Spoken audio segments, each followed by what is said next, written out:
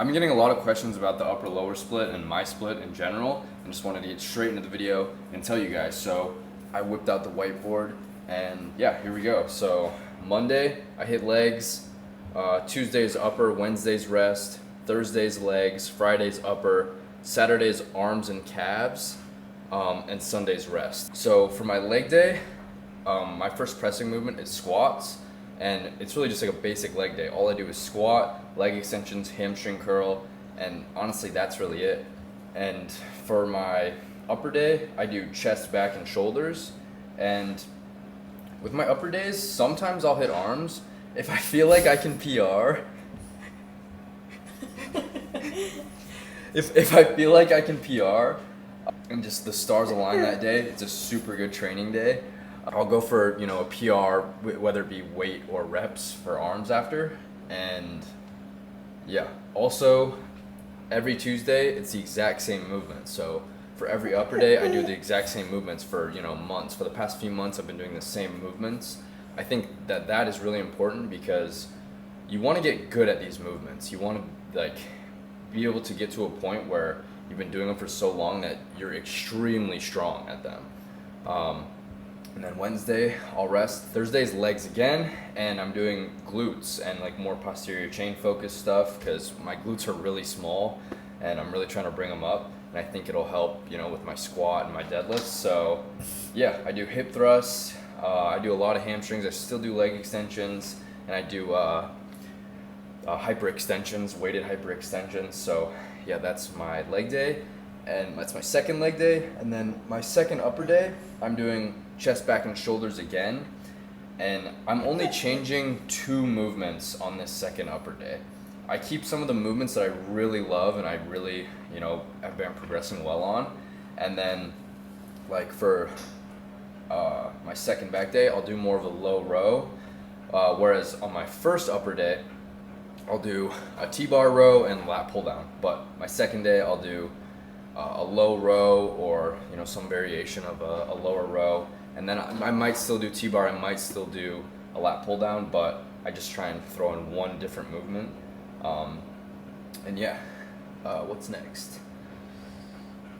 Yeah, Saturday's arms and calves. I have really small calves and I have really small arms, so I think it's not necessary, but I think Saturday's a great day to go and hit arms and calves. I don't think it hurts.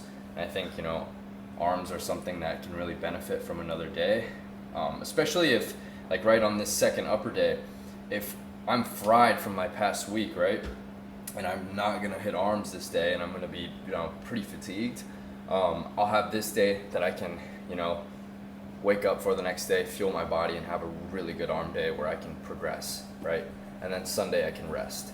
So that's a split. I just wanted to quickly go over it. I've been doing push-pull legs for probably 5 years, and that's what I built, majority of my physique on. Sometimes I did little bit changes. I did the Arnold split, I did a bro split for a little, but yeah, this is just what I'm currently doing. I don't think that there is necessarily,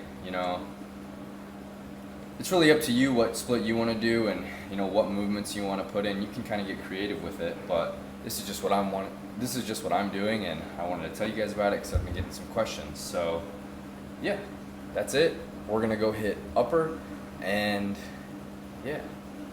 All right, so this past week, actually just after my last trip to Florida, I got kind of sick, so I decided to stop the cut, get in a surplus again, try and get my strength back, and I really recommend that just so you don't shrivel up. If you get sick, just ton of vitamin C, ton of water, rest, don't fucking kill your body, and you'll recover pretty fast. I recovered really fast, and yeah, now I'm ready to fucking go again. So, and I know getting sick can kind of throw off things, so I just wanted to, kind of tell you guys that. But pre-workout today is nitric. It is late, so we're gonna do some nitric. I may have taken a little bit of caffeine, but yeah, this is what we're gonna take as well. All right, so I kind of wanted to talk about how I, prepare myself for a set. I think a lot of people just stumble into their heavy sets, or their first set of their movement, right? And I think you really need to, as you're warming up for that set, really get into the mindset that, okay, something very intense is about to go down as for your first set, right? You need to make sure that that set is, that you're mentally prepared, not only physically prepared, but mentally prepared. You can't just be going through the motions, warming up, and then stumble onto your first set and it's like, some willy-nilly set.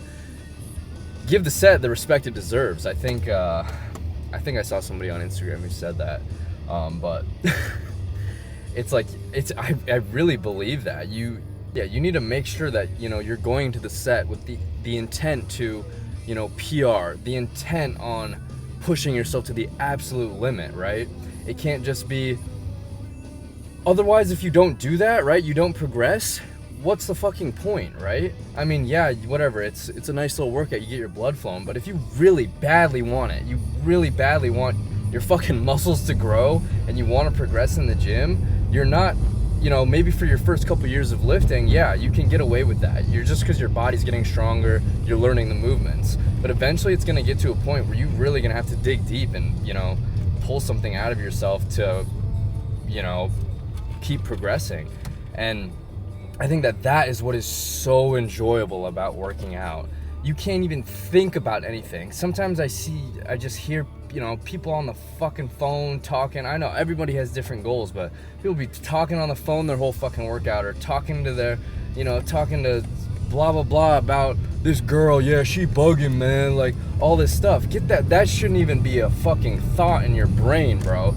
It should just be, I have to do this. I have to fucking, there's nothing that matters more than hitting this set with everything I absolutely have in my body, right? Trust me, you're not gonna die. No matter how hard you fucking push, you will not die. And unless you're under a fucking Smith machine, guillotining yourself. Come on, we're better than that. And I think if you can do that every single day, and eventually it'll just become a habit. That'll be how you prefer to work out. And if you can get to that point where that is how you prefer to work out every single time, and people distracting you from that set, people, all that stuff, it should bug you. It should really bug you, and you should get away from those people, man. You have to really take it seriously. And I think once you, get in that habit of doing that over and over and over again for years and years and years, you can really surprise yourself with what's possible.